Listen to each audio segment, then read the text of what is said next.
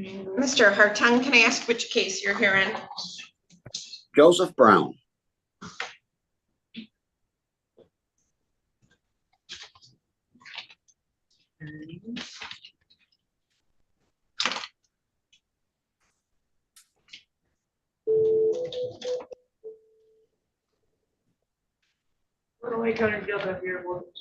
Hi, this is Judge Anzalone. I am calling because I am ready for Joseph Brown and for Antaun Carter and Demario Cooper. Okay, man. All right, thank you. You're welcome.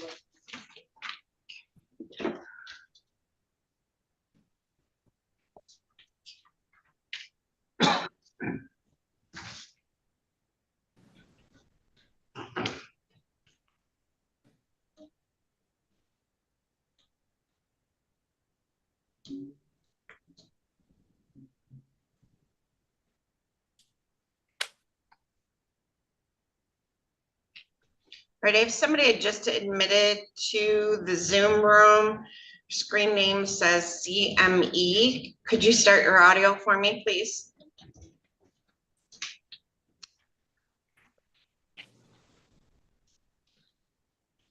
Hi, can I ask your name? Chad Ely. Say it again.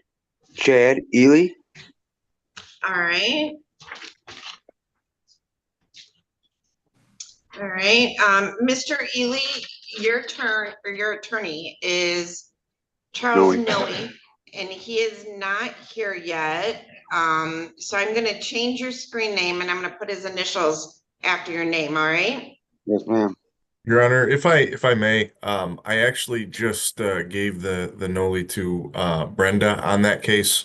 I think Mr. Noe had asked the court if he and his client could be excused given that fact. So, Mr. Ely, it appears your case has been dismissed, so you're all set. Okay, thank you. You're welcome. Have a good day. You too. Thank you.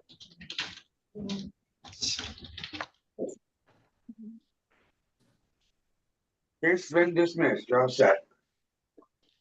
Yep.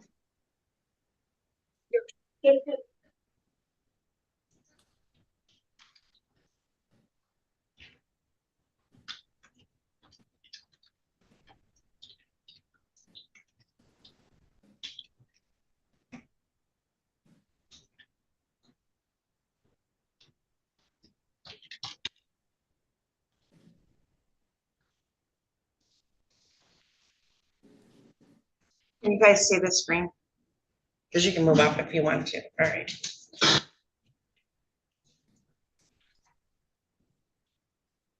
Mr. Malaro, I do have Charity Smith in the waiting room, so I can bring her in.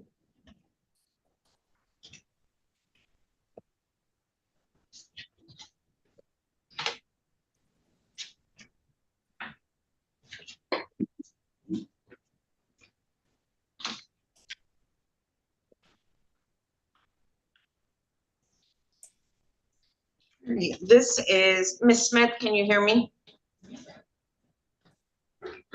And she's frozen. Yes, can you read? Yep, I can. All right. This is in the matter of the people of the state of Michigan versus Charity Christina Smith, file number 24-22056FH. I have Salvatore Malaro appearing on behalf of Miss Smith, and who is my prosecutor on this file, Alexander Mayonetto. This is a date and time set for a pre-trial conference. Mr. Malaro, how would you like to proceed with Ms. Smith?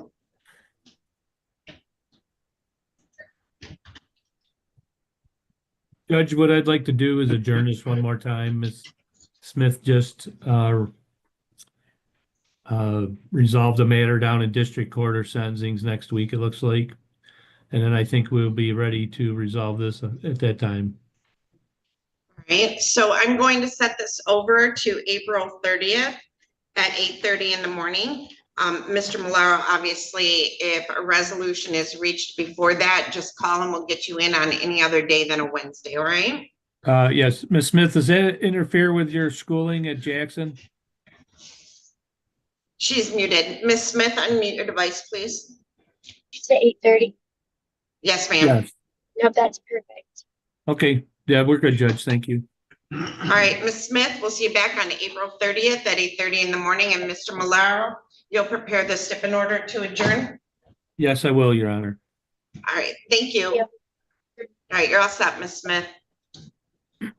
So I have a gentleman with a beard in jail Zoom 3. Can I ask your name, please? Joseph Brown. Mr. Brown. All right.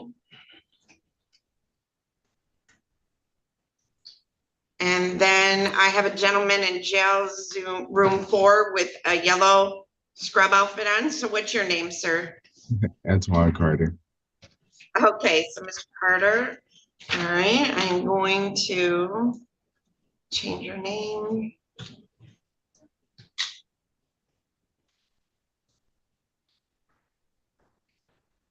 All right, so Mr. Brown zoomed in first. So let me grab your file, Mr. Brown. This is in the matter of the people of the state of Michigan versus Joseph Brian Brown, file number 24-22087FH. I have Salvatore Malaro appearing on behalf of Mr. Brown and Douglas Hartung appearing on behalf of the people. This is a date and time set for a pretrial conference. Mr. Malaro, how do you wish to proceed today?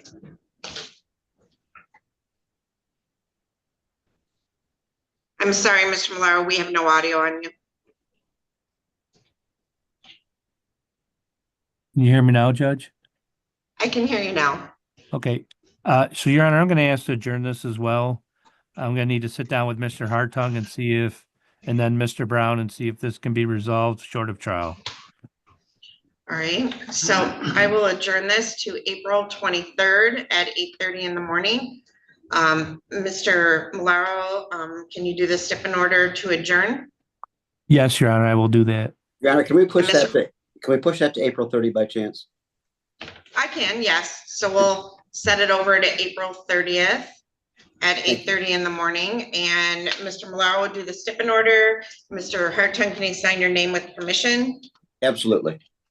And then Mr. Malaro, if there is a resolution and you want him brought in sooner or on a different day, just let us know and we'll schedule it in, all right?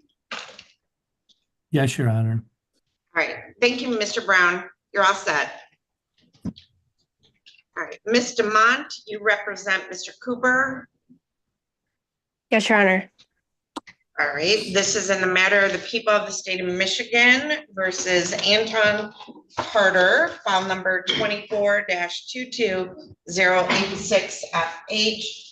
I have Isaac Sneed appearing on behalf of the people and Katerina Dumont appearing on behalf of Mr. Carter. So let me change this because I had Mr. Murphy as his attorney.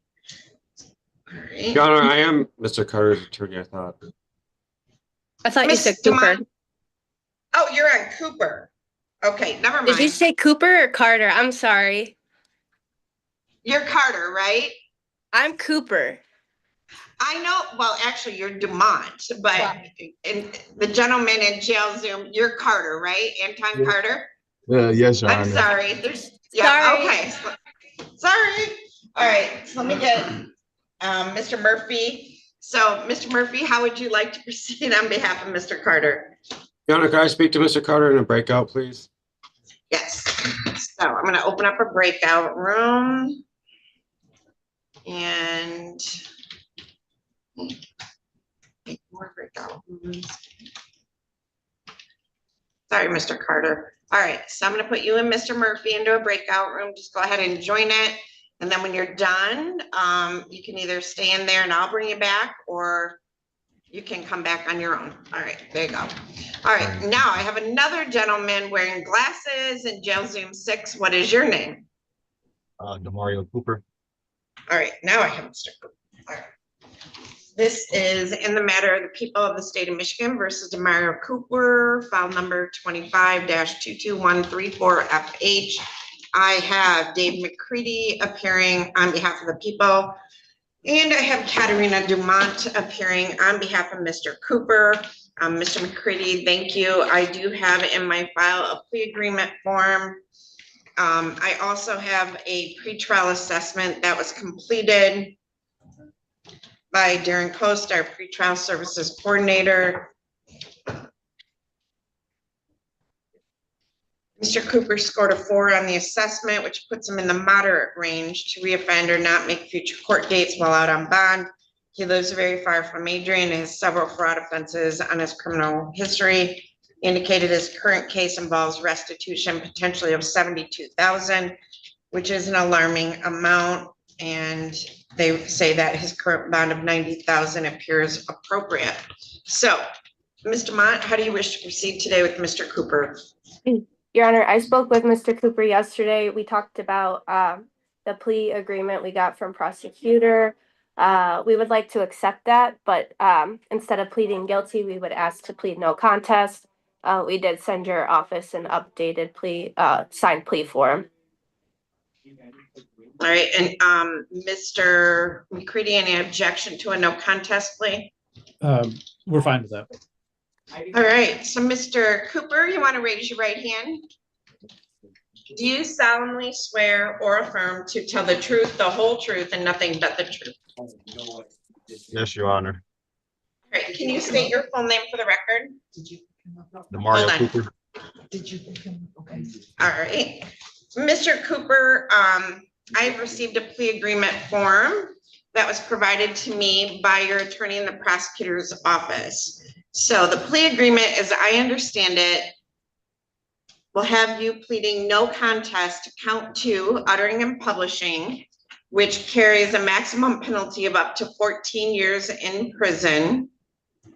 And to count 5, state identification card, counterfeiting, forging, using to commit a felony punishable by 10 years or more. And that one also could carry up to a $20,000 fine. So do you understand those counts, sir, that the plea offer has been made on? Yes. Okay, I'm gonna need you to speak up a little bit. You're kind of soft-spoken, so we have to record this, okay? Yes, Your Honor. Okay, so Mr. Cooper, you understand the maximum penalty on those offenses then? Yes, Your Honor. And Mr. Mott, the purpose of the plea, lack of memory or civil liability? Civil liability, Your Honor. All right, now, Mr. Cooper, all right, so Mr. McCready and Mr. Mott, there's a sentencing agreement that he would serve 36 months to 14 years with the Michigan Department of Corrections. That is part of it. That we're asking that be suspended for 1 year, so that he can be under supervision and pay the restitution that he's promising. And if he successfully does the year under supervision, that we would amend the agreement to a probationary sentence with no upfront incarceration. Are you expecting them to pay $72,000 in the next 12 months? Correct. And Mr. Mott, your client thinks he could do that? Yes, Your Honor. The only issue he had is that he does have some other cases in other states that likely when he's PR'd here, he'll get taken to, but he said once he's released from incarceration in other states, he can work towards paying that. Okay. All right. And then I would set sentencing out 11 months, Mr. McCready? That's fine. Yes, please. Okay. All right. So, defendant, part of the agreement is defendant must pay restitution in full before sentencing. If he does, the people will amend this agreement to a probationary sentence with no upfront incarceration. Additionally, while on supervision, waiting sentencing, and while on probation, if probation is imposed, defendant will either remain on a tether or regularly report in person to probation as recommended by the probation department. It's my understanding. Okay, so Mr. Cooper, the pretrial services coordinator said they thought you lived far away, but you live in Detroit. That's not that far, right? Yes. Okay, all right. All right, so do you fully understand the plea offer, Mr. Cooper? Yes. And do you wish to plead no contest to those charges and enter into this agreement? Yes, Your Honor. Now, $72,000 is a lot of money in restitution, and I don't know what your other cases are. So you believe that you can pay that in the next 11 months? Yes, Your Honor. Okay, all right. So, are you satisfied with Mr. Mott as your attorney and the advice that she's given you? Yes, Your Honor. And neither the prosecutor, the defendant, nor anyone on the defendant's behalf has discussed any other possible sentence with the court. Is that correct, Mr. McCready That is correct. and Mr. Mons Correct. and Mr. Cooper? Yes, Your Honor. Okay. Now, if a guilty or if a no contest plea is accepted, there will be no trial. This means that you will be giving up rights you would have had at trial. I'm going to explain those rights to you now to make sure that you understand them. You have a right to a speedy public trial by jury. You may ask for a non-jury trial, and if the prosecutor and court agree, you can have a non-jury trial. You have the right to be presumed innocent until proven guilty beyond a reasonable doubt. You have the right to have the prosecuting attorney prove beyond a reasonable doubt that you are guilty, and you do not have to prove anything. You have the right to be present at trial and have witnesses against you appear at your trial and to ask those witnesses questions. You have the right to have the court order any witnesses you have for your defense to appear at your trial. You have the right to remain silent during your trial, not to have your silence used against you. However, you also have the right to testify at your trial if you want to testify. Mr. Cooper, do you understand that if your plea is accepted, you may be giving up the right to appeal issues that would otherwise be appealable if you were convicted at trial? Do you understand that, Mr. Cooper? Yes, Your Honor. Do you understand that any appeal from the conviction and sentence pursuant to the plea will be by application for leave to appeal and not by right? Do you understand that? Yes, Your Honor. If you are not a citizen of the United States of America, a conviction of a crime may result in deportation, exclusion from admission to the United States of America, or denial of naturalization. Do you have any questions about the rights that I've given to you? No, Your Honor. All right, so Mr. Cooper, how do you wish to plead to the charge that on or about, the right one, on or about February 8th of 2024 in Tecumseh Township in the county of Lenawee, that you did commit the offense listed under count 2, uttering and publishing? Now your response will either be not guilty or no contest. No contest, Your Honor. All right, and on that same date and time and in Township of Tecumseh, how do you plead to the charge listed under count 5, state identification card, counterfeiting, forging, using to commit a felony punishable by 10 years or more? No contest or not guilty? No contest. Has anyone made any threats or promises to you to induce you to plead no contest to these charges? No, Your Honor. Do you understand if I accept this plea, you will be giving up any and all claims that your plea is given as a result of promises or threats that were not disclosed to the court on the record during this hearing, or that it was not your own choice to enter the plea? Yes, Your Honor. Is the prosecutor or defense counsel aware of any promises or threats or inducements other than the plea bargain to induce the defendant to plead guilty? Mr. McCready? No, Your Honor. Ms. Damon? No, Your Honor. Has your attorney promised you any particular sentence or estimate what your sentence will be other than the agreement that was placed on the record, Mr. Cooper? No, Your Honor. All right, is it your own choice to plead no contest? Yes, Your Honor. All right, so who will be placing the factual basis on the record? I will, Your Honor. All right, very good. I've emailed to the court and to defense counsel a 9-page extract from the police report in this case. It's from various locations within the police report, and I'd like to highlight a few items within that, if I may. So I have not read that, so as long as you just get enough for the factual basis. Yes, he's being charged as an aider and abettor to the principal offender in this matter, who's Aaron Higginbotham, who's already been convicted. And it's alleged that on February 8th of 2024, 2024. They went to 8080 Matthews Highway in Tecumseh. Deputy Brendan Wright was dispatched to Tecumseh Harley-Davidson dealership at that address for a fraud. The complainant was from Tennessee and stated someone had financed 2 motorcycles in his name for $60,000, and they were purchased at this Harley dealer. Deputy Wright had contact with Jaden Harris by phone as he was located in Tennessee. Jaden stated he received proof of insurance in the mail for 2 motorcycles. He immediately looked into this and thought it was suspicious. He canceled the insurance and spoke with Harley-Davidson about filling out a fraud packet. Jaden stated he has never been to Michigan and definitely did not purchase these bikes.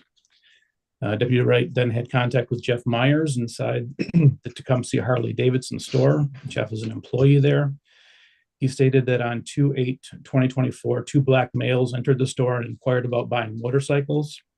He advised they decided on a bike and began the process of a credit check loan approval through Harley. And that's the basis of the uttering and publishing, by the way. Jeff stated Harley came back and approved everything quickly with no suspicions under the name Jaden J. Harris out of Tennessee, which is the ID the suspect provided. And that is the basis of the state ID charge, which is count 4. Jeff stated he believes the subjects arrived in a Chevy Tahoe, but one of the suspects drove a bike off the lot that day. He stated they came back the next day after the second bike had a few upgrades done and drove it off the lot. Jeff was able to provide me with a photocopy of the ID the suspect used out of Tennessee with the name Jaden Harris out of Tennessee.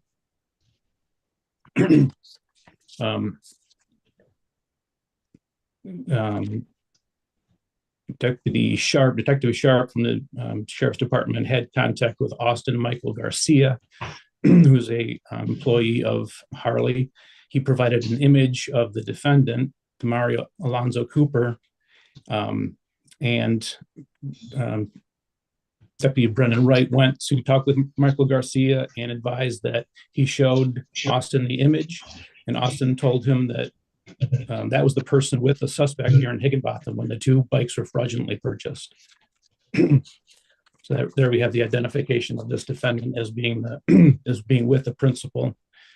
Austin told me he recognized the male, Demario Cooper, in the image because he spent 2 days with the male in that image and the other male, Aaron Higginbotham, processing the sale of the 2 Harley-Davidson motorcycles. Austin further advised that the male in the image, Demario Cooper, asked him if his friend Aaron Higginbotham could finance a bike for him because he had bad credit. Austin advised that they were able to finance both bikes under the other person, Aaron Higginbotham. Moving on to page 8.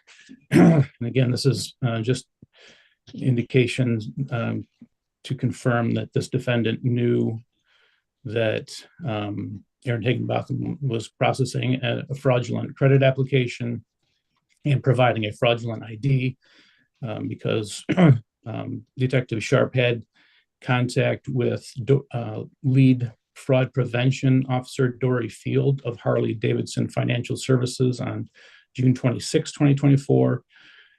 Dory indicated that during her investigation, she obtained 2 counterfeit Oklahoma driver's licenses with the same images that were presented during a fraudulent purchase of 2 Harley-Davidson motorcycles from Hideout Harley-Davidson in Oklahoma on March 31st, 2024.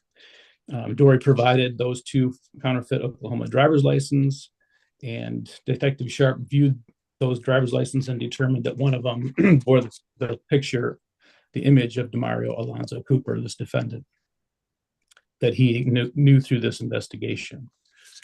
So with that, I think we've established a factual basis. Mr. Mont, anything you need to add? Oh, Your Honor, we're satisfied. All right, so based on the facts placed on the record and from the information contained in the police report, the court finds beyond a reasonable doubt that on or about February 8th of 2024 in Tecumseh Township in the county of Lenawee, that the defendant did commit the offense listed under count 2, uttering and publishing and correct me if I'm wrong, by filling out a fraudulent credit application to get approval to purchase a Harley Davidson motorcycle through, I think you said Tecumseh Harley Davidson, knowing that that instrument was false, altered, forged, or counterfeit. And it was drawn on the name of a Jaden J. Harris, paid to Harley Davidson through the bank of Eagle Mark Savings Bank. And the amount was $35,449.86 on that count, although there is count 3 with $36,545.59 for the other motorcycle, which is where the total restitution comes from. And the same offer was gave to the co-defendant to pay restitution as well, so he wouldn't necessarily have to pay the full amount if his co-defendant also pays, correct?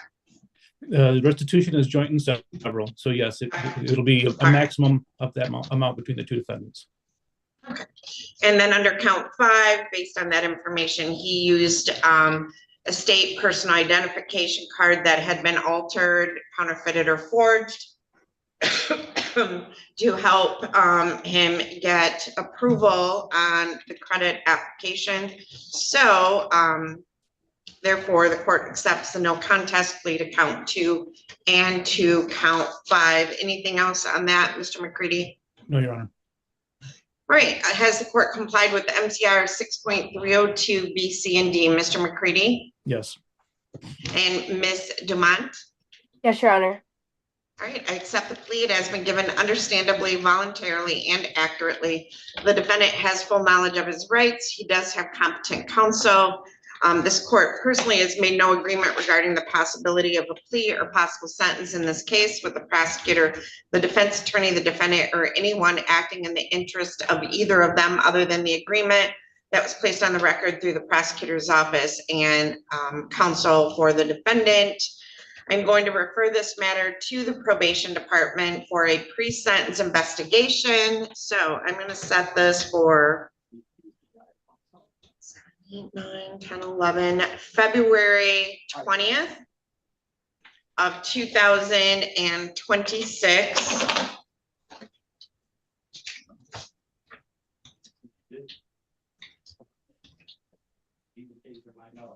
Ms. Demont, what other jurisdictions have a hold on Mr. Cooper? I believe the next place he'll be going is Ohio, Sandusky County. Okay. And then there may be something in Louisiana, I'm not sure. And then maybe a probation violation in Pennsylvania. All right, so the moment I release him on a PR bond, if there's any holders, he's gonna be taken somewhere else. So Mr. Cooper, I don't know where you're gonna end up. It sounds like you have a little bit of traveling in front of you to these other states if they have pickup orders. Mr. Stevenson, do you want to talk to him real quickly just to get information? Because I'm gonna PR bond him and then who knows where he'll go. Yeah. All right, so Mr. Cooper, someone's gonna try to meet with you before you get taken away for the pre-sentence report. When you meet with them, be truthful with them about your background, the events that occurred. They'll prepare a pre-sentence report. We'll provide a copy to Ms. Demont. She'll try to review that with you before sentencing. It's very important that if you get out of jail in Ohio or you get out of jail in Louisiana or wherever you may be, that you Google Lenawee County Circuit Court and get a hold of us somehow so we can get information to you on how to proceed, all right? Yes, ma'am. And you'll have to at some point meet with the probation department for them to get that information. If you don't get out of jail before the 11 months is up, send a letter to Ms. Demont, have somebody reach out to us because we will take into account the fact that, you know, you're stuck somewhere else, okay? Yes, ma'am. Okay, so I'll set sentencing for February 20th of 2026 at 8:15. I'll put that's going to be in person, but like I said, when you get out of jail, don't forget to get a hold of Ms. Demont, all right? Yes, Your Honor. Okay, All right, so Mr. Stevenson, I'm gonna put you in a breakout room with him. And he's gonna just get some information, like maybe family members or something, so we can try to keep track of where you are, okay? Yes, Your Honor. I cannot. Oh, here we go. Hold on.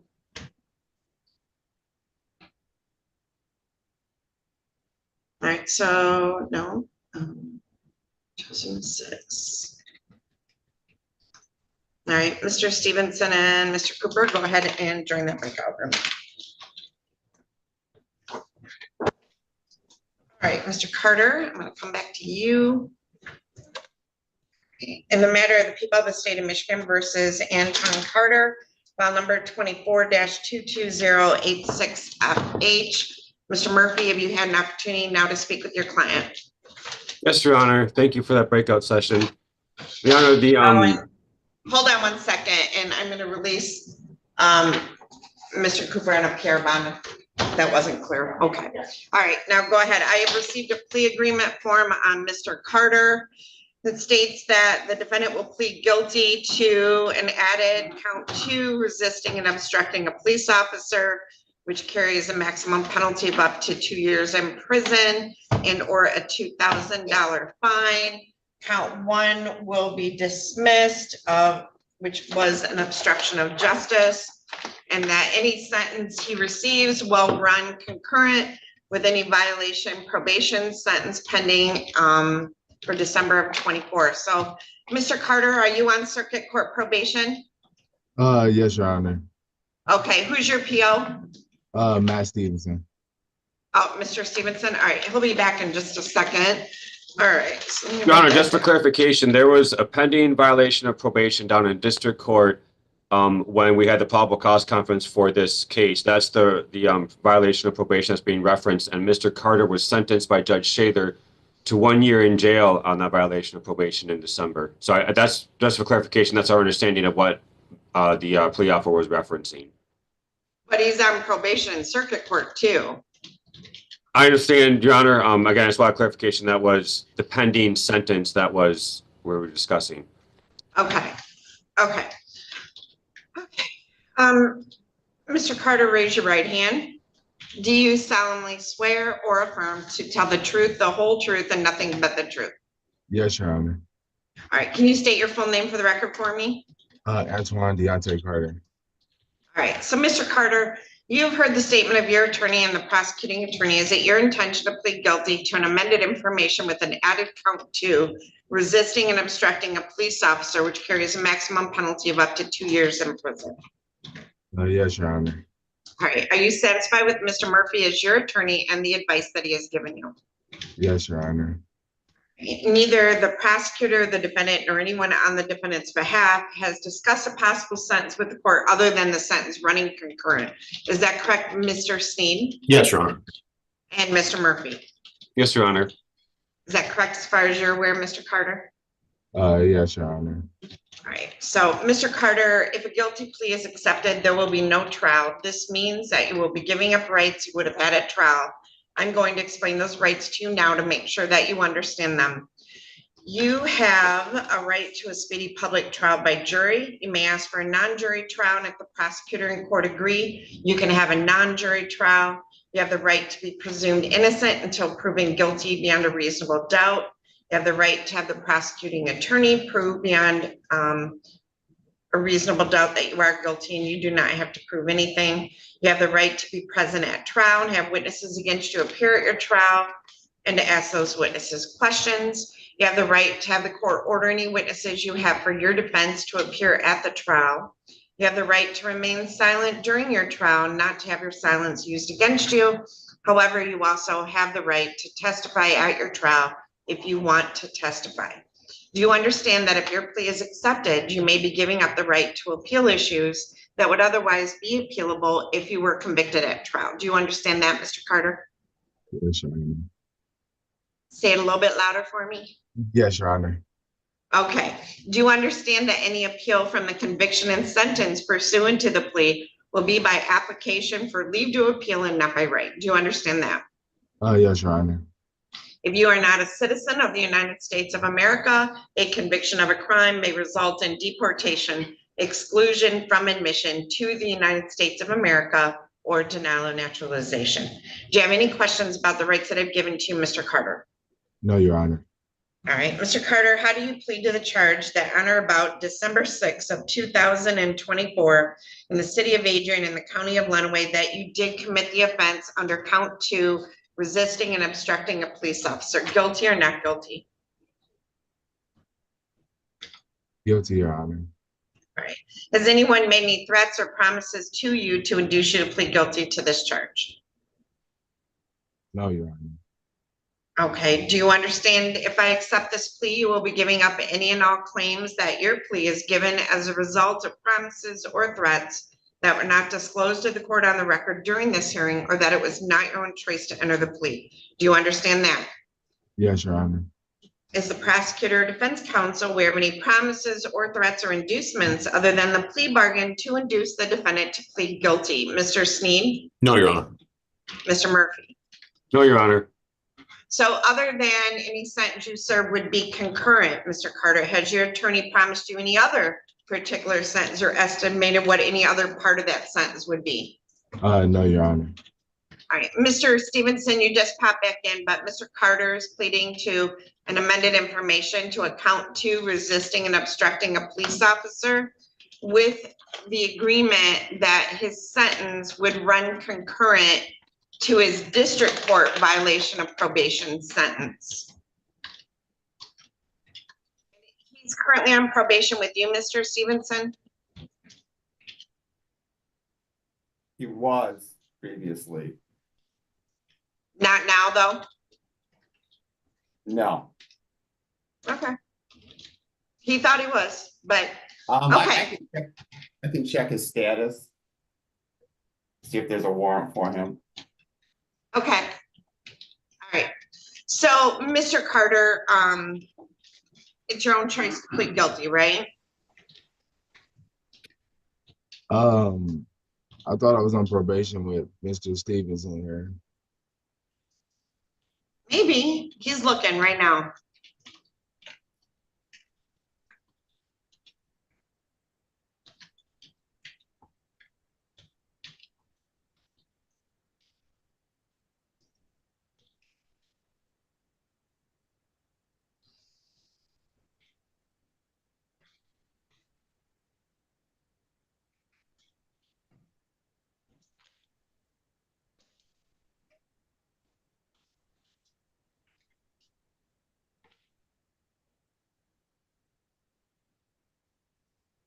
Judge, it'll be a few minutes if you want to keep going with him.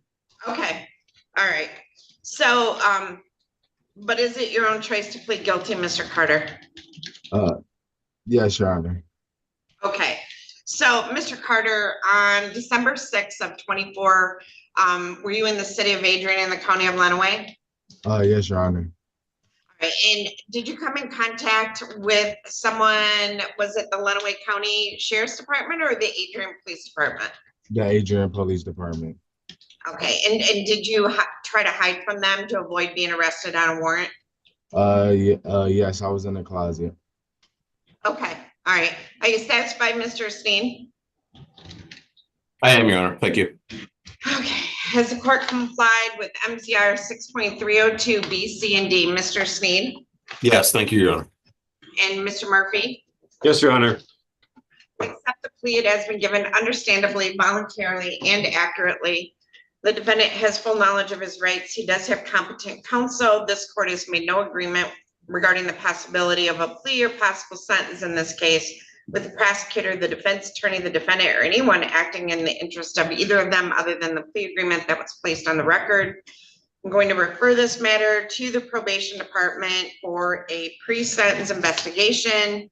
I'm going to set sentencing for May 2nd at 8:15 in the morning. Any information, Mr. Stevenson? Yeah, Judge, he is not active on probation. He was discharged a while back. Okay, so that's good news, Mr. Carter. You're not on probation. All right, Ray. So I'm gonna set this for sentencing on 8/15. Now, you already got sentenced in district court, right? Yes, yes, Your Honor. When's your out date on that? I was never given an out date. I just been kind of looking into my own time. They told me, well, someone tried to run my information. They said my out date would be possibly September 6th this year, but they wasn't Okay. sure if that was correct or not. You got a year downstairs then? Yes, ma'am. Okay. All right. So do you want to appear for sentencing via Zoom or in person? I say via Zoom. Okay. So, Mr. Carter, someone from the probation department is going to come over and meet with you. Be truthful with them about your background, the events that occurred. They'll prepare a pre-sentence report. We'll provide that to Mr. Murphy. He will meet with you in advance to review that. And we will see you back here on May 2nd at 8:15. All right? Okay, would this person from probation be from circuit or from district court? Circuit Court, Okay, maybe Mr. Stevenson. okay, All right? alrighty. Thank All you, right. Mr. Thank you, Carter. Thank you, Mr. Carter. All right, thank you. Bye. I'll talk to you soon, okay? All right, I'll talk to you soon, man. Appreciate your time. Yep, take it easy. Thank you. All right. Is anybody in the courtroom a defendant? Got a court case? No, we're just here to watch. You got a court case? What's your name? Sarah, I'll set that. All right, and you do too? I'm here for my. Okay, but you're not a party. Okay. So Ms. Fonseca, let me see who your attorney is. Mr. Malaro. All right, why don't you come up to the podium? Mike Stevenson.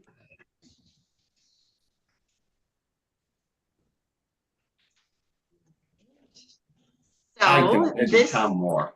Mike, I'm gonna mute you. Okay.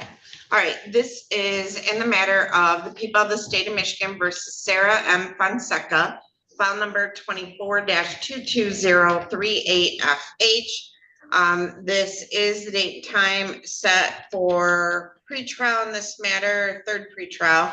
I have Salvatore Malaro appearing on behalf of Ms. Fonseca, and I have Isaac Sneed appearing on behalf of the people. So, Mr. Malaro, how would you like to proceed today? Judge, if we could have one more adjournment, I think we can get this worked out with Mr. Sneed and I. All right. I just gotta So- wait for Mr. Sneed to be in a good mood. Okay. All right. He's always in a good mood. All right. So, Ms. Adams, I'm going to need a notice of hearing from Ms. Fonseca on this. I'm going to set this out to April 30th at 8:30 in the morning. Obviously, Mr. Malaro, if a plea agreement is struck that Ms. Fonseca wants to avail herself of, I'd be more than happy to schedule it in on a day that's not a Wednesday. So, Absolutely. we'll do the notice of hearing. So your please continue, or your not guilty, please continue. And this is your bond. So have a seat on that bench behind you and we'll get you a notice of hearing. All right. Anything else, Mr. Sneed? Maybe I'd be in a better mood if I took as much vacation time as Sam.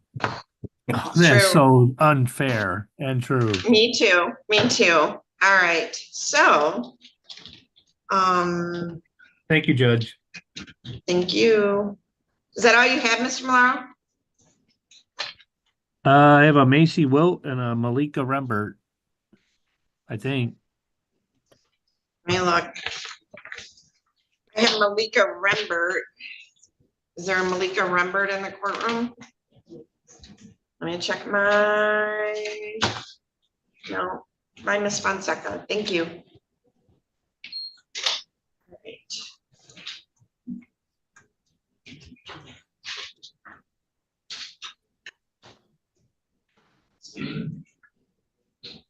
All right, so Mr. Malaro, I do not have Malika Rembert present, and I do not have Macy Wilt present.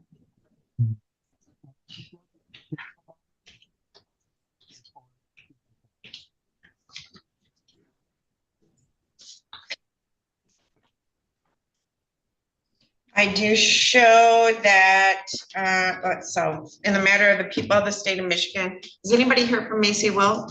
No. In the matter of the people of the state of Michigan versus Macy Alexandra Wilt, file number 25-22131FH. I do have a letter from Darren Coast, my pretrial services coordinator, who states that Macy Wilt is missing drug screens and not returning his calls. She is not present today via Zoom or in person. I do show a proof of service was mailed out on February 12th of 2015, or may have been, yeah, it was mailed out to her. So, Mr. Malaro, any further information you want to add? Yeah, Judge, she had a matter down. Can't hear you. How about now? Can you hear me now? I can hear you now. Okay, Judge, she had a pending matter down in Toledo that we were trying to coordinate with. Let me look up the docket down there and see if something happened with that. Okay. So if we could pass on that for a few minutes. Sure. So then I have in the matter of people of the state of Michigan versus Malika Nataya Rembert, file number 24-21966FH. I have Salvatore Malaro appearing on behalf of Ms. Rembert and Isaac Sneed appearing on behalf of the people. So I do have a notice of hearing that was mailed for today's date by my staff back on February 5th. I do have a note that Ms. Rembert was being released to Harbor Light. Do you have any information on that, Mr. Malaro? Yeah, Judge, she's been down in district court numerous times. She's always shown up. I think she did complete the rehab at Harbor. I may have sent that or may not have sent that to the prosecutor's office. But if I could give a moment to see if I can reach her. Sure. So if we could pass on that as well. All right. Mr. Murphy, do I have Mr. Murphy? I don't have Mr. Murphy. Oh, I do have Mr. Murphy. All right. So let me look at my jail list. John, I don't think any other people I have are in jail because I have Caleb Daniels, Alexia Rowe, and Blake Barton. Are you trying to come in? Hold on. In the matter of the people of the state of Michigan versus Caleb Robert Daniels, file number 24-22081FH. And Matthew Murphy appearing on behalf of Mr. Daniels. Did I let him out of jail? Was he in our recovery court? He's absconded again? Yes. Okay, so that's file number 24-22081FH. Matthew Murphy or Isaac Sneed appearing on behalf of the people. Matthew Murphy appearing on behalf of Mr. Daniels. So Mr. Murphy, he's also on bench warrant status for some of his other files. He is not here. And we haven't heard from him, so I'm going to issue a bench warrant for his arrest if I haven't already. Thought I already did, but I'm going to set bond in the amount of $25,000 cash. We hear from him though. We are looking for him. Yes, sir. On the last I'd known, he was going into transitional housing, I thought. No, he didn't. So, let's see. He did not. Blake Barton. You know, I think Mr. Barton's trying to connect to Zoom right now.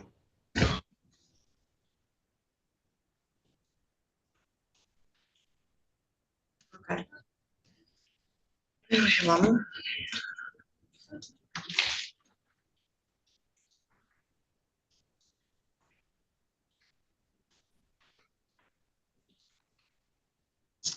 Alexia Rowe.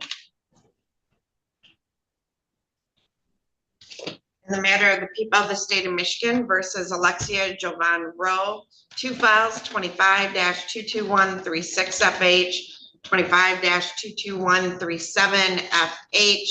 I have Matt Murphy appearing on behalf of Ms. Rowe and Alexander Bayonetto appearing on behalf of the people. I have a letter dated March 17th from Darren Coast.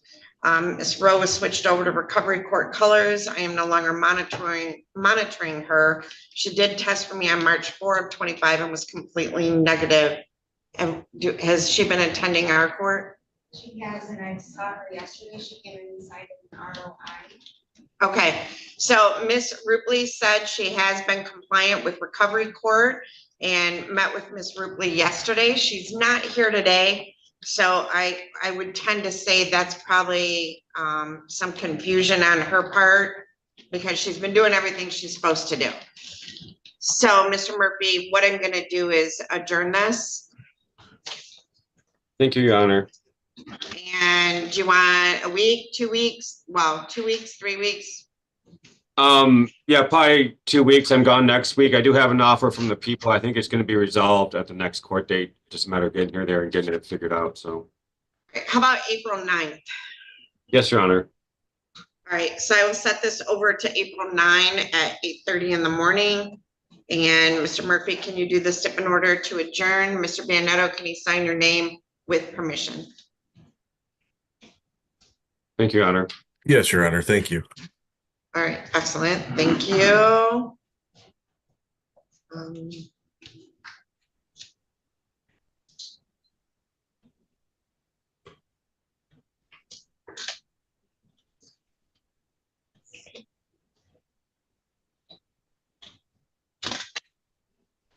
So takes care of her.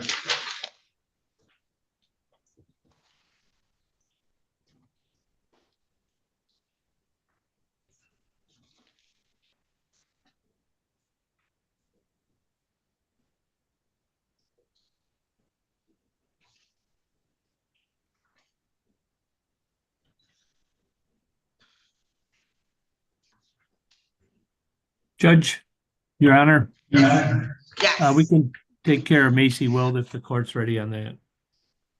Okay, back on the record in the matter of the people of the state of Michigan versus Macy Alexandra Wilt. So, Mr. Malaro.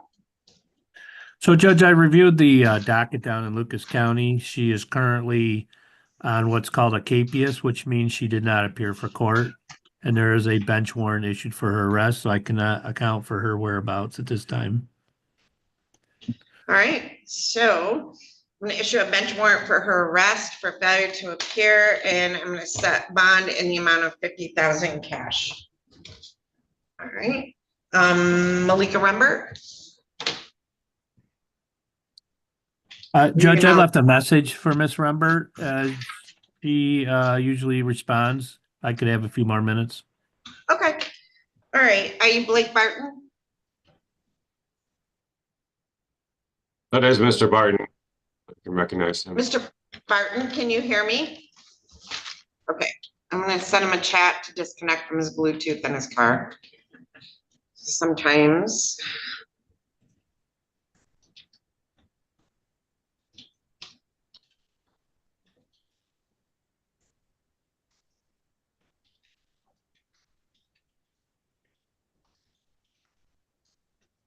All right, I just sent a message. Can you disconnect from Bluetooth? You seem unable to hear us.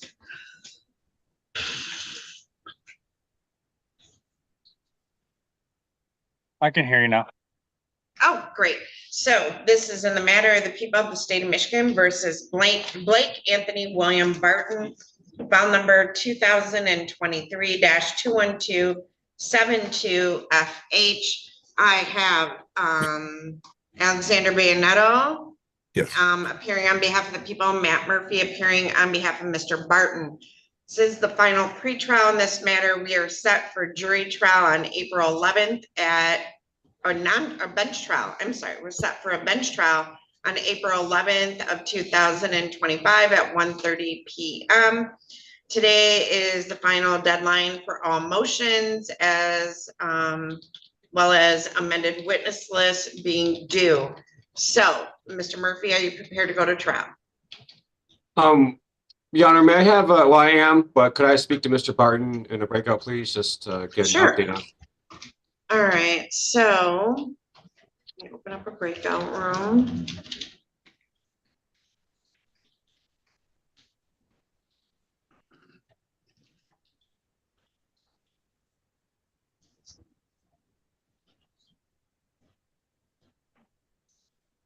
go ahead and join that breakout room.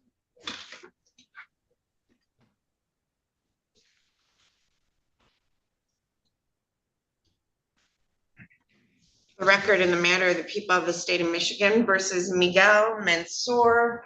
This was a time set for arraignment. Mr. Mensour is self-represented and a guest of the Michigan Department of Corrections.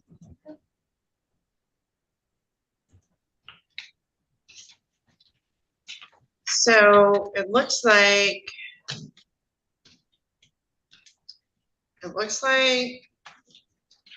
public defender was ordered to sign a waiver on behalf of the client, but he didn't have an attorney, so a waiver was filed, but it's not a valid waiver. Mr. Sneed, can you verify whether or not because of that, whether or not a writ was done from MDOC?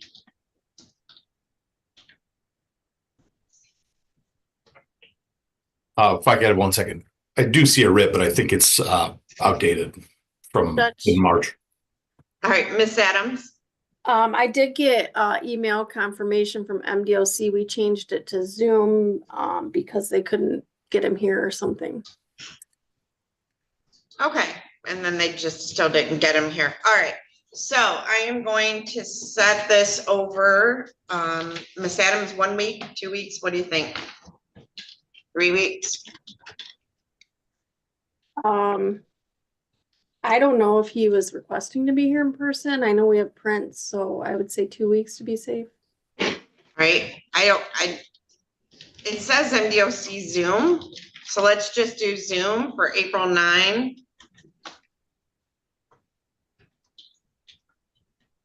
At 8:15, and we can do a new writ and whatever else needs to be done to try to get him here. And wants to come in person after that, he can. All right. All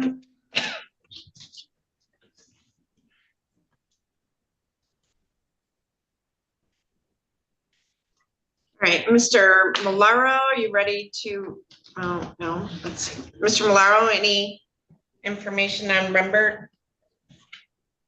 Judge, she has not yet called me back. I can't hear you, Mr. Malaro. Can you hear me now? I can hear you now. Your Honor, she hasn't called me back, but she's always showing up for court. Would you be agreeable to allow me to take care of some Judge Olsaver cases and then come back and see if she shows? Just adjourn it. If she's always appeared, I'm not going to issue a bench warrant. Why don't I set this out to April 9th? Is that all right, Mr. Malaro? Yes, that would work, Judge. So we'll set Ms. Rembert out to April 9, and Ms. Adams, can we mail a notice of hearing? So that way it's a court one. All right, so Mr. Malaro, thank you. We'll see you back on that one on April 9th at 8:30. Thank you, Your Honor. Appreciate it. You're welcome. And I think that's all I had, Mr. Malaro, with you.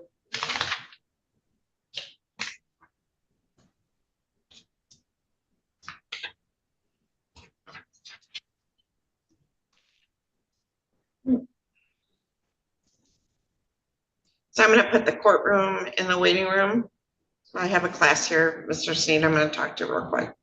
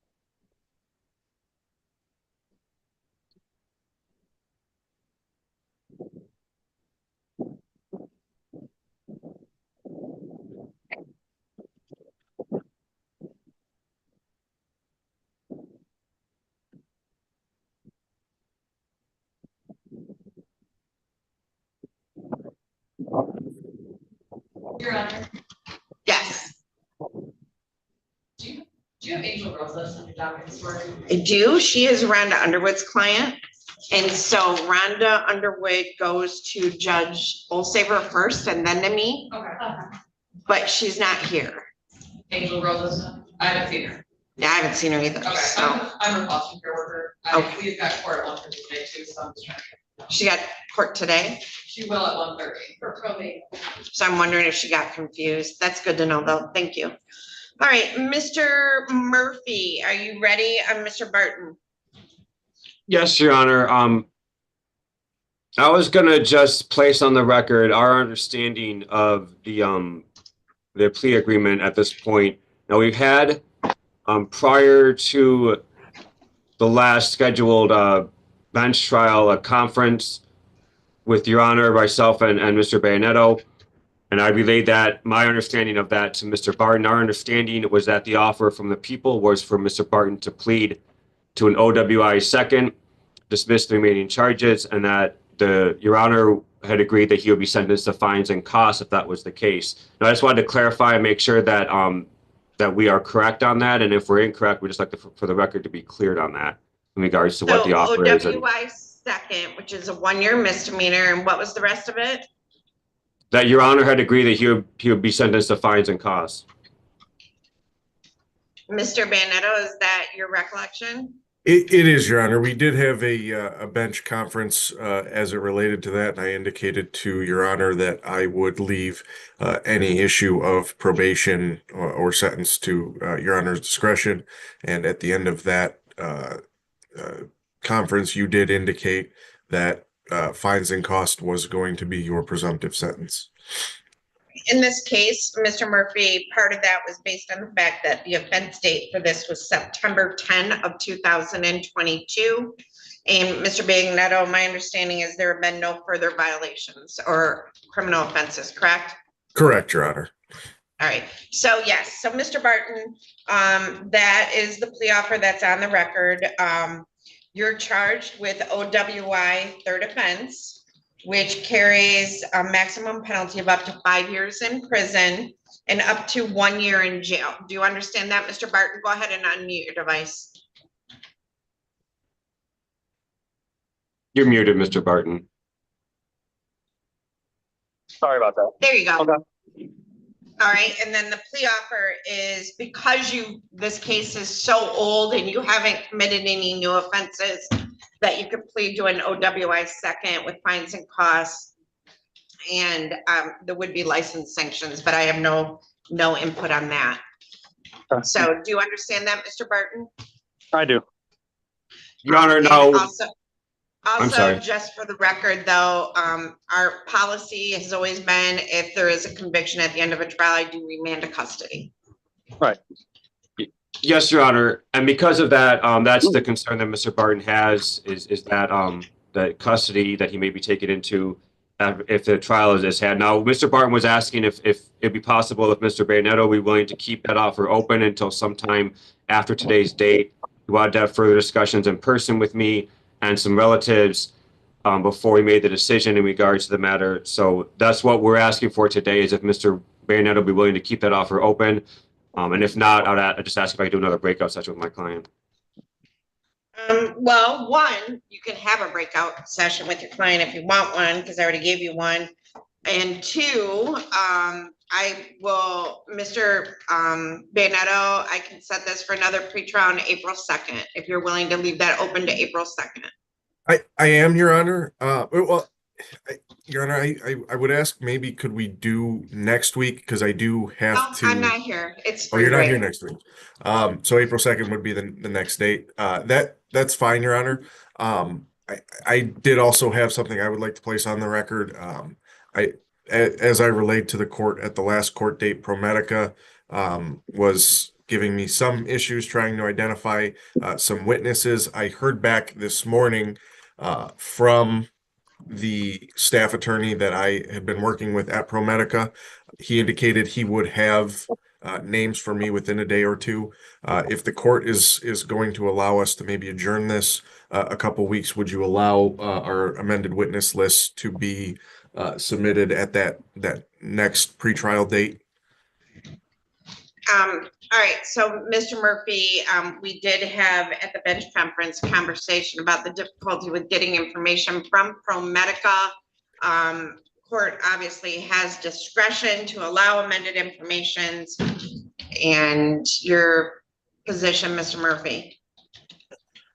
Well, I think I made the position clear at the conference. You know, this case has been pending for quite a while, so we object to any allowing the prosecution to amend anything, but of course it's up to the court's discretion, but we just want to place our objection on the record for that.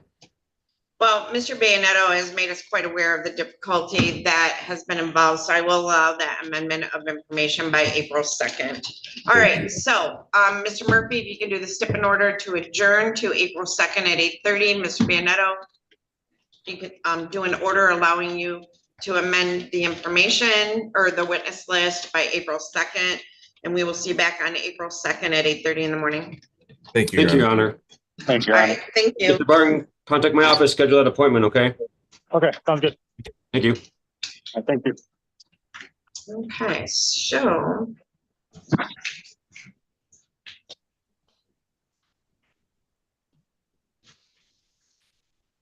I think that's all that I had, Your Honor, if I'm not mistaken. We dealt with Mr. Daniels, right? Yep, we're all set with Mr. Daniels. Ms. Rowe, we adjourn. Okay. Thank you, Your Honor. That's all that I had. You have a good day. All I have left is Rhonda Underwood. Okay, thank you. Oh, what's your name?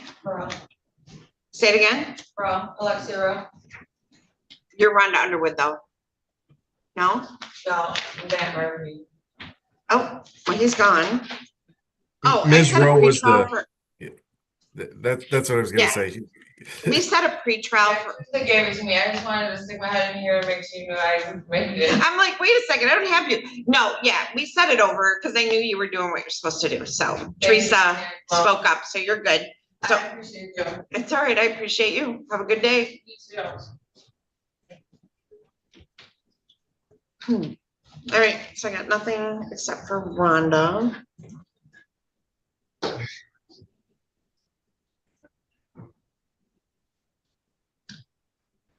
So 2 of the public defenders go to Judge Olsaver first, 2 of them come to me, and then Rhonda Underwood handles a lot of the MDOC cases and some of the more serious cases. So she just goes back and forth.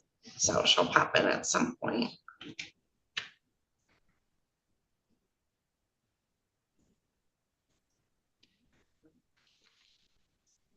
Any other questions? No? Do you? Okay.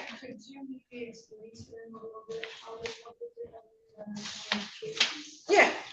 All right. So many years ago, I was a public defender and it was a contract through the circuit court. And guidelines through the Michigan Indigent Defense Commission required that each county go to a separate public defender's office. And so we have several public defenders now that work under the head of a chief public defender, just kind of like we have a chief prosecutor and other prosecutors under them. They're funded through the county and federal grants and state grants, and they're available for people who are indigent. So how many of you could pay an attorney $25,000 right now? Nobody, right? So if you are under the poverty level and you need a criminal defense attorney and you're facing jail, you have an absolute right to a public defender. And so those attorneys will represent you on your criminal case. Some people have a mistrust of attorneys in general and will represent themselves, and they do have the right to do that. So I would say probably, I don't know, Spade, 85% of the people that come through the criminal justice system have a public defender. The rest of them do retain private counsel, but that is expensive. Depending on the nature of the case, you could pay anywhere from $15,000 to $50,000 for a criminal defense attorney. There are, low-level felonies, low-level misdemeanors, and high-level felonies. This is circuit court, so we only hear felony cases, so cases where you could go to prison. District court only hears misdemeanor cases, and those are cases where you can only go to jail. So it's cheaper to hire a misdemeanor attorney, of course, than it is to hire a felony attorney. So that's the public defender's office. And I think we have about 1, 2, maybe 7 or 8 of them. And they're across, you know, where the old pretty courthouse is, they're across the street from that on the other side from us. And then we have the prosecutor's office and they're housed in the building here. And some people do go pro per without an attorney. And like I said, they have the right to do that. It's sometimes difficult because even though I'm an attorney, I'm a judge now, so I can't give legal advice. So I can't help them. And that is difficult because sometimes they do need help. And let's see what else. And we have Michigan Department of Corrections as our probation office. That's through the state of Michigan. And so on Tuesday mornings, it's really busy here because I have people reporting for felony probation and parole. So people who have been released from prison on parole. Let's see what else. Sentencings are on Thursdays and Fridays, and I do YouTube these. I don't YouTube like civil cases or family law cases or cases involve minors. I don't YouTube those just because they are minors, and like you guys, I would never have your case. If I have certain cases with minors, I close the courtroom and everybody has to leave. So I do have quite a few young adults who are charged as adults, even though they're minors, and I have them on probation. And so when they come in and out of court, we're not live on YouTube and the courtroom's closed. So, and then juvenile court is on the 2nd floor, and those are for juveniles that are charged as juveniles, and they can be anywhere from 8 years old to 18 years old. Let's see. So you guys mostly learn criminal law, right?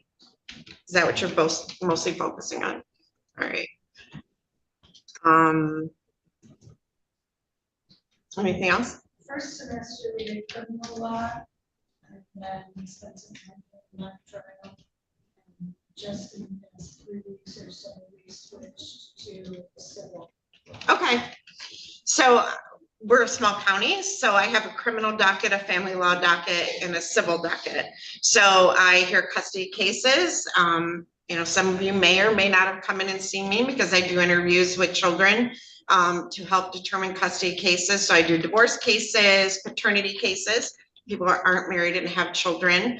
I do child support enforcement, which is one of my favorite dockets. So we show cause people when they don't pay their child support. Let's see, divorces, custody cases. I have a civil docket.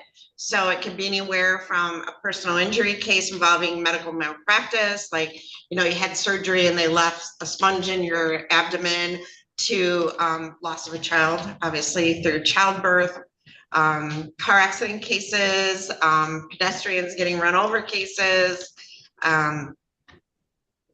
So I do all of it. When you say you're studying civil law, what kind of cases have you talked about? So far, we've done a little bit on torts and contracts and warranties. Okay. So different types of warranties, we'll be starting family law. Okay. So out of my dockets, I would say that my criminal docket's my favorite docket. And then just because it's fast paced, so you can see like we're really busy, we got people moving in and out all the time. I enjoy that. I enjoy working with the recovery court team, which has been really successful as a resource for people with recovery issues. And then my civil docket, I rarely see them. They come in for pre-trials, and most of those cases will settle before they ever go to trial. So I rarely interact with them. And then family law is probably the bulk of what I do. So the majority of my time is spent doing family law cases. So Wednesday mornings, I do a criminal docket, pre-trials and arraignments. Fridays and Thursday mornings, I'll do sentencings. And then I have civil pre-trials on Mondays, all day in motions. So Monday's like motions and pre-trials on my civil and family law cases. And then the rest of the time is just evidentiary hearings. So I can have up to 7 evidentiary hearings a day. I might go 8 to 9, 9 to 10, 11 to 12. You know, we go pretty much nonstop from 8 to 12 every day and 1:30 to 4:30 every day. We kind of need another judge here, but that's not an easy thing to do. Our dockets are kind of overwhelming at this point, just because the number of cases. And I think a lot of it is due to, you know, it wasn't this bad before the pandemic, and we're definitely caught up from the delaying cases from the pandemic, but our county as a whole seems to be suffering from more mental health issues. Which we have a lack, you know, we have resources, but we need more resources. And obviously funding is hard to get to hire all those extra people. So while we don't seem to have more new filings, we have many, many, many more filings within custody and divorce cases where children are being moved back and forth. We have some people here today who work on the neglect abuse cases, and those are cases where, you know, a child, there may be a report from a mandatory reporter, like your teacher is a mandatory reporter. So if one of you come in and you have bruises or disheveled, or they just notice something's wrong, if they think there might be abuse or neglect, they have a mandatory requirement to report that to the Department of Health and Human Services or Child Protective Services. So we've had an uptick in filings in abuse neglect cases. And they can be horrifying, and sometimes they're easily remedied. So CPS and DHS go in, they try to put a plan in place, they try to give resources to help people, and they'll do a lot of that before it ever would go to court. And a majority of the time people put those things in place and they never go to an open court. But we have severe cases where people are sexually abusing their children, violently assaulting their children, starving their children. They're living in neglect. I used to go into homes sometimes because I was a guardian ad litem that represented the best interests of the children, and conditions in some of the homes were just so sad. So we have an uptick in those cases, and those are probably the hardest cases to do, I think. And so I give a lot of respect to the people that do that on a daily basis. So those are the hardest cases. I do have a docket for that, an overflow docket, really. It's not really what I'm assigned to, but I'm assigned to it because there's an overflow, because I'm like the chief judge of like everything. So, so any questions? You guys are so quiet. You know, I go to Clinton High School and we do site visits. We love going to schools.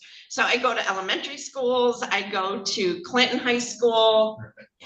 I do travel, and I have a judicial attorney who, hey, Becky, can you see if Sierra will pop in? I have this judicial attorney. She's like a big like a little tiny golden retriever, but she's got like big energy, and she gets so excited when we go to schools, and then she doesn't let me talk. But she went to U of M for undergrad. She went to U of M for law school. She's brilliant, and I'm like super lucky to get her. And she is my judicial attorney. She does all my research. She drafts my opinions. And then she's also the court administrator, and she's also my ADA coordinator. And there she is. So that's Sierra McGrain. And she, I think, works with your school to help. Do you help them bring it in, or? I talked to their teacher. Yeah, there she is. So she's wonderful, and she goes everywhere with me. Yeah, she's like my second daughter. Her and my daughter actually look a lot alike, except my daughter is like freakishly tall, and yeah. And so they tend to go everywhere with me. Yeah, so we go to Renaissance fairs, we go to. I'm like a dog, I just get in her car. If I open the door, she hops in. So, yeah, and so they're kind of quiet. I see. So one time we had a class, elementary kids are fun. So one time I had a kid, he's like, so he was like second grade. He's like, so when my dad and I went to the gas station and my dad pumped gas and then he drove off real fast. Did he commit a crime? And I'm like, yeah, probably, you know, but so little kids tell me everything. Like, my dad has a safe where he keeps all his marijuana. They'll tell me stuff like that too. Kids are fun. So, well, at least she keeps it in the safe. yeah, at least he keeps it in a safe, but. Thank you for acknowledging that. Yep, and that's like a huge pet peeve for me, because I think, you know, yeah, marijuana is legal, Yeah, but that means your kids should never smell like it. yeah. You know, like I'm Gen X, I would spend hours in a car with my parents and they're smoking a pack of cigarettes with the windows up. So I abhor that. Like when I walk into a school and I smell kids that smell like marijuana in elementary, no, that's like a pet peeve of mine. So anyway, I told them all about you. She went to Michigan. I went to Michigan State for law school, but UT for undergrad. I was a high school teacher for many, many years before I became a lawyer. You lived many lives. I lived many lives. So any questions? They're so quiet. Anybody in marching band? All right, I'm gonna put the courtroom in the waiting room for a minute. All right.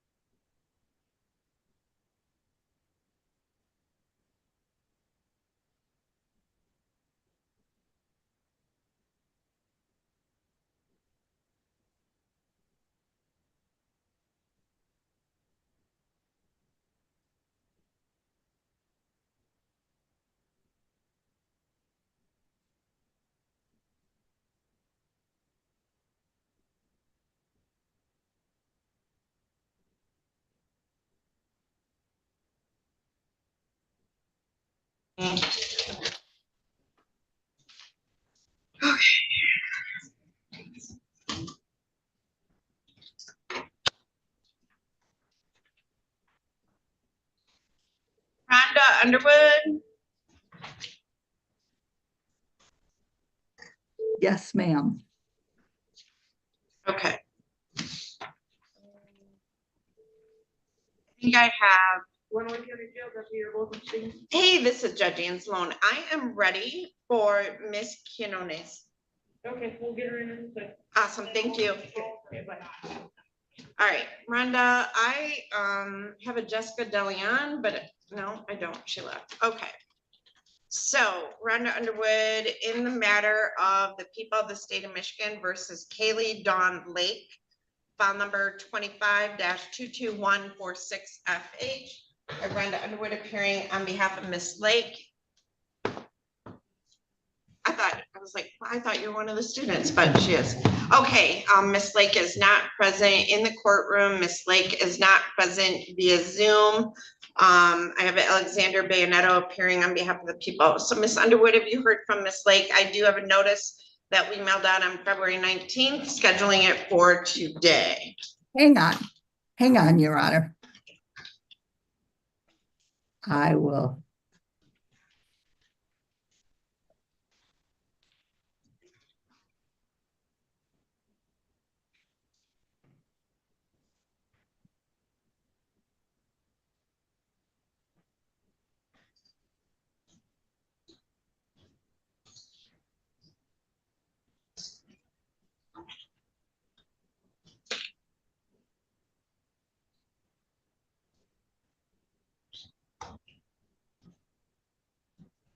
Okay.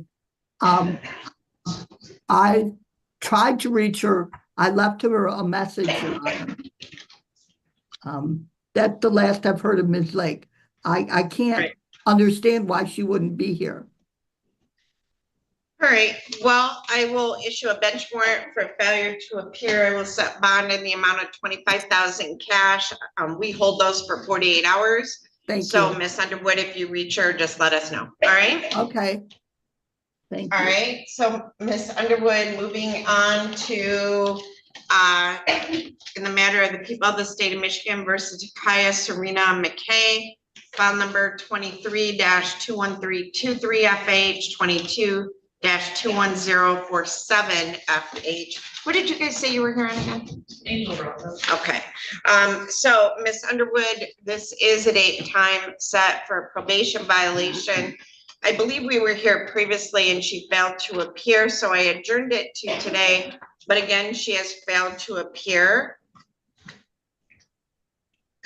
I tried to reach her, Your Honor. One moment.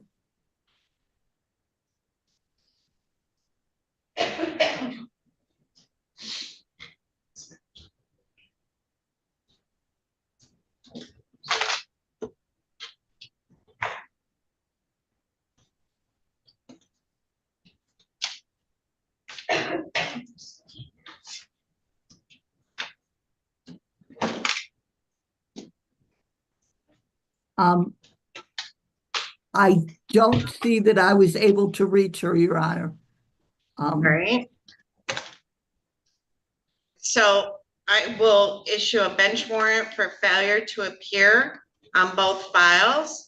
And I will set bond on each file for $750 cash for a total of $1,500. All right, Ms. Underwood? And is that another 48-hour hold, Your Honor? Yes, we're mandated to wait 48 hours before signing bench warrants for failure to appear. Thank you. Okay, so Ms. Underwood, in the matter of the people of the state of Michigan versus Angel Rosas, file number 25-22142 FH. We do have a notice in the file that a notice of hearing was mailed to her on February 19th. Ms. Underwood, she is not here, but I've also been made aware that she has a hearing today at 1:30 in the family division of the probate court.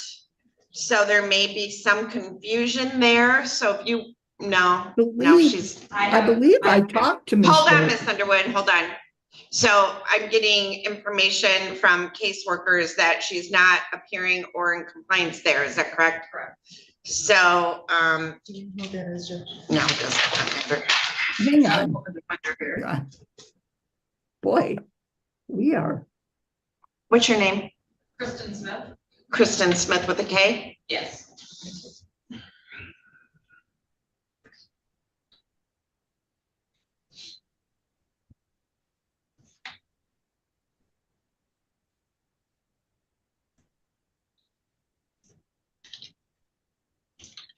Okay, I tried to reach her. I called and couldn't leave a message. All right, well, I will issue a bench warrant for failure to appear and I will set bond in the amount of 25,000 cash. All right. And obviously we hold that for 48 hours. Thank you. You're welcome. Thank you. Good luck. All right, so Ms. Underwood, the last one I have is Ms. Quinones And we are waiting for the jail. Is the kid here? Okay. Why don't you place the kid in the jury room by herself, themselves, and then just tell them we're gonna shut the door and they'll be fine. And then I have to finish my criminal doc. Yeah, that's exactly what I was telling them. It only counts when I say it though. Exactly. Anywhere I go, that's the way. Listen to all the women in your life. Lots of women in my life too. He has 4 daughters. There's a class in observing today. Where are we from? St. Gregory. All right. You've got a good judgment. Thank you. So I get to do some pomp and circumstance. Woo. All right. You always do pomp and circumstance.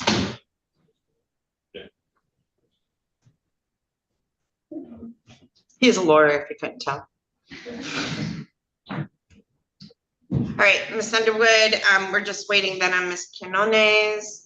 I have 1 million jail rooms open. So after this at 10:30, I'm scheduled for a custody case. So that's why they're all wide open.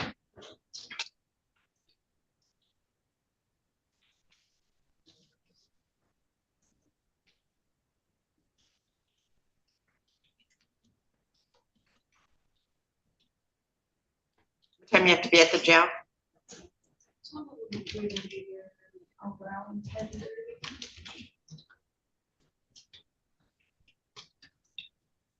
Ever watch the TikToks on prison food? Oh, yeah. You know how they make like all this crazy stuff from commissary foods? Yeah. Yeah. It always amazes me in other states, like MDOC prisoners can have a phone. Because you can't have a phone here, but in our prisons, so. Oh, Miss Underwood, I do see your chat. I think it is you. Yep. I'm by Zoom, Your Honor. It can't be. I'm gonna take some files to Miss Adams. Reached out to them all ahead of time and I know.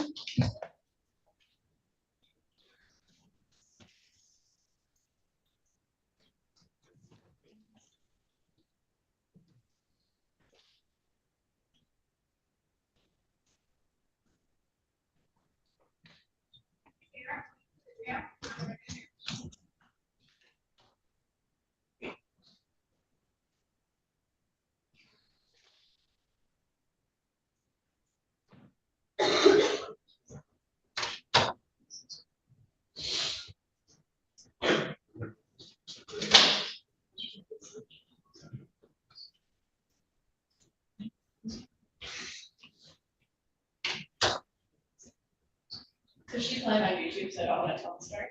But I will give the story.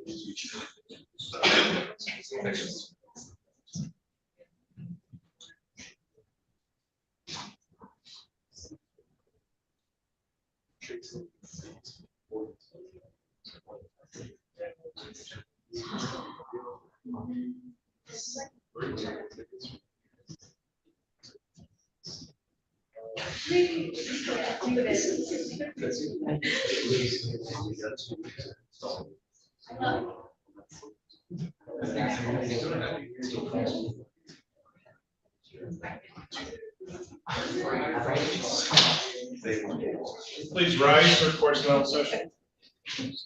Yeah. All right, night.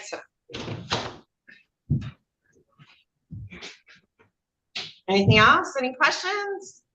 No, teacher? Anything? They were asking me about.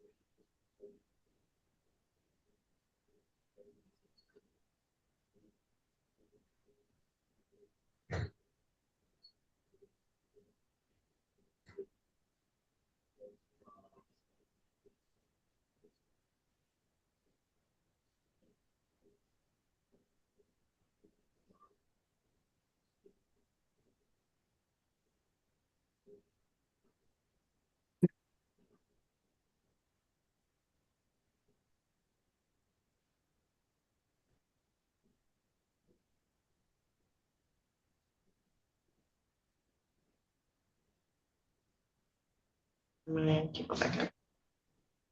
All right, so Ms. Quinones, can you hear me? Yes, good morning. Good morning. So Ms. Underwood, this is in the matter of the people of the state of Michigan versus Nicole Michelle Quinones, file number 21-20669 FH, 21-20668 FH, 22-20832 FH, and 22-20833 FH. I have Brenda Underwood appearing on behalf of Ms. Quinones, and this is the date and time for probation violation. Ms. Underwood, I do have an email from Jennifer Walsh. Did you receive aware that? of that, Your Honor. If I can just speak with Ms. Quinones for a second, we should be able to dispatch this very quickly. Okay, so Ms. Quinones, I am going to put you in a breakout room. Okay. With Miss Underwood. Go ahead and join that, all right? Okay. Thank you.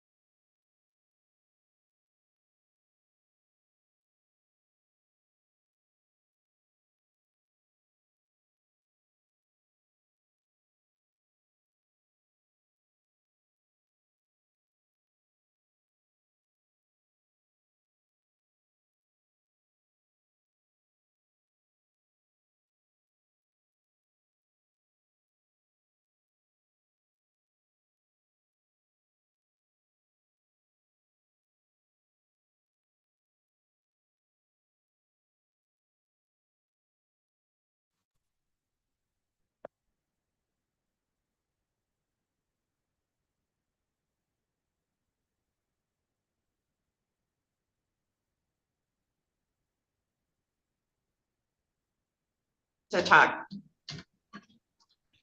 Okay, Ms. Underwood, I'll bring your client back. Ms. Underwood, I have students from a local high school here, so when I put the courtroom in the waiting room and you can't hear me, it's because I'm talking to them. All right, so Ms. Underwood, we're back with Ms. Canones. So how would you like to proceed? Your Honor, I would just like to briefly say, I too am in the possession of the email from Ms. Walsh. And I believe the proposal that's been made since Ms. Quinones has resolved the case in district court and also, Your Honor, has done a considerable amount of jail time up here. The case, as I understand it, Ms. Quinones will plead guilty to the violation. Ms. Walsh has agreed to a recommendation that PSI will be waived, and Ms. Walsh will recommend time served and termination from probation, Your Honor. And Mr. Stevenson, do you want me to forward that email to you? You have a copy of it, so I'm aware of that. Okay, all right, so your client's going to plead guilty to the violations.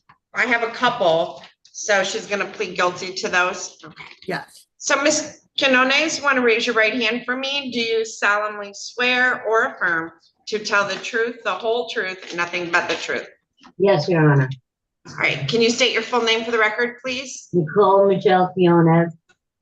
Quinones, all right, so ma'am, you've heard, is it your intention today to plead guilty to the violation of probations? Yes, Your Honor. Now, you understand that you're currently on probation for, oh gosh, assault and battery on file number 21-20669FH, which carries up to 93 days in jail. You're on probation for larceny less than $200 on file number 21-20668FH, which carries 93 days in jail. You're on probation on file number 22-20832FH for absconding bond, which carries a maximum penalty of up to 2 years in prison. And on file number 22-20833, you are on probation for, let's see here. Did I have you on that one? For absconding, an attempted absconding, which also carries up to 2 years in prison. So you understand those are the maximum penalties if you were to plead guilty and be found guilty, but there's an agreement through the probation department that if you're willing to waive a pre-sentence report, we would sentence you to 93 days in jail with credit for time served on each file and revoke and terminate your probation. So is it your intention then to plead guilty to those violations of probations on those files? Yes, Your Honor. All right. Are you satisfied with Ms. Underwood as your attorney and the advice that she's given you? Yes. All right. Do you understand that you do have a right to contest this violation of probation charge and to have a trial on it? Bless you. Thank you. Yes. Do you understand that throughout? I understand Yes. that. I hate Yes, to I interrupt. understand that. It was my understanding it would be time served, Your Honor. Yeah, well, she's I got believe- way more than 93 days in. Okay, thank you. Okay. Do you understand that, ma'am, throughout the trial, if you chose to have one, you would be presumed innocent until your guilt is proven by a preponderance of the evidence? Yes, Your Honor. You have a right to have all the witnesses against you appear at your trial, to have your lawyer ask those witnesses questions, or you may ask them yourself, and to have me order any witnesses you might have to appear at trial. Do you understand all of that? Yes. You do not have to testify at your trial, and no one can say anything about you not testifying or hold it against you in any way. Do you understand that? Yes.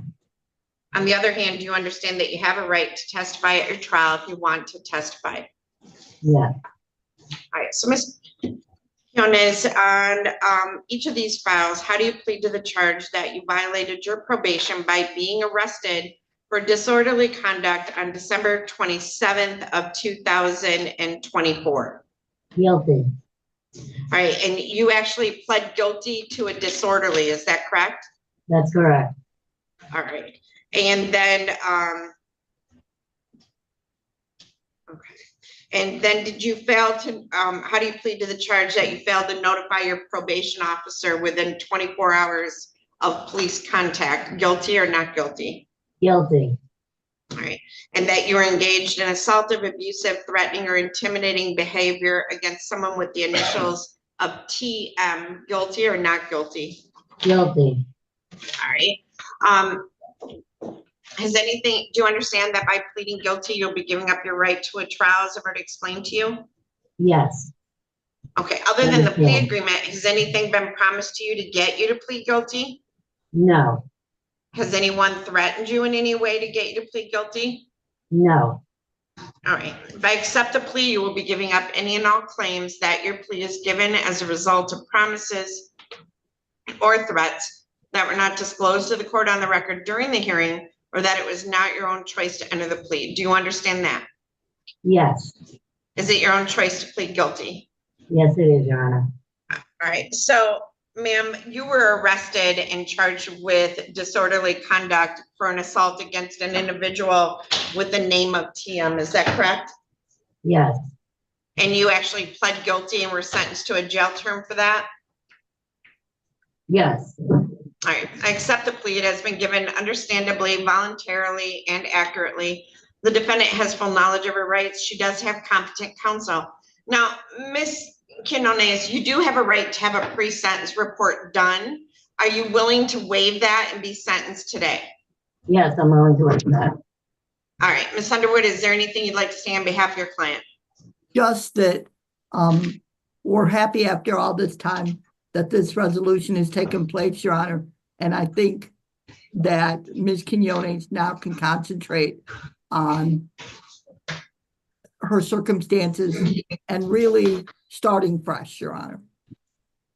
All right, Ms. Quinones, is there anything you'd like to say on your own behalf?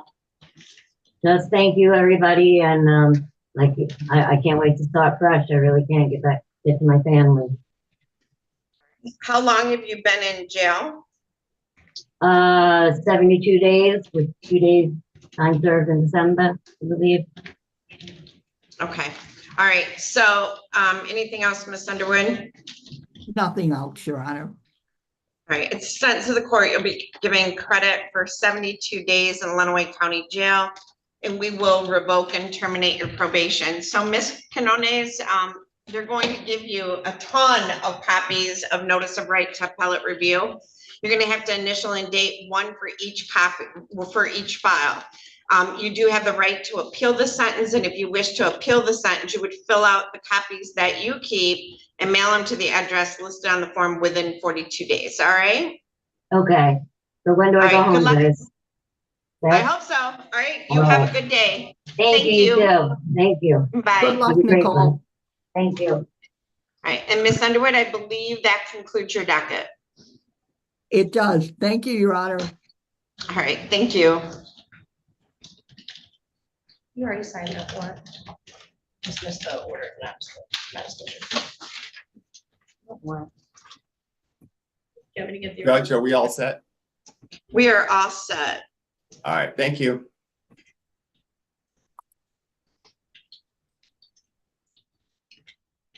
The type of I understand. There's no name.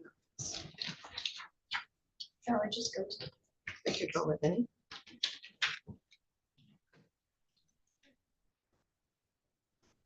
This is a detective. That's the only reason I brought it to you. Reject this. It's a different date. All right, so I am going to stop YouTube.